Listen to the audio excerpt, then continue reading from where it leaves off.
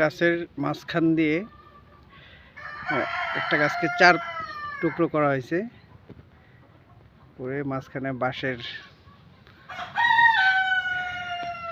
ইয়াটা ঢোকায় দেওয়া হয়েছে। এখন এভাবে গাছ লাগালে নাকি পেঁপে ফলন ভালো হয়, পেঁপে বড় হয়, পেঁপে মিষ্টি হয়। তো এই জন্য এটা পরীক্ষা করে দেখলাম। আরেকটা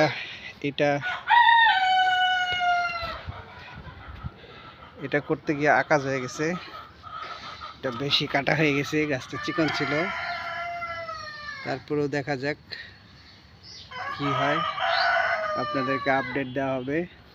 আপনারা পরবর্তীতে দেখতে পাবেন গাছগুলো জীবিত থাকে না মৃত হয়, নাকি ফলন ভালো হয় না খারাপ হয়।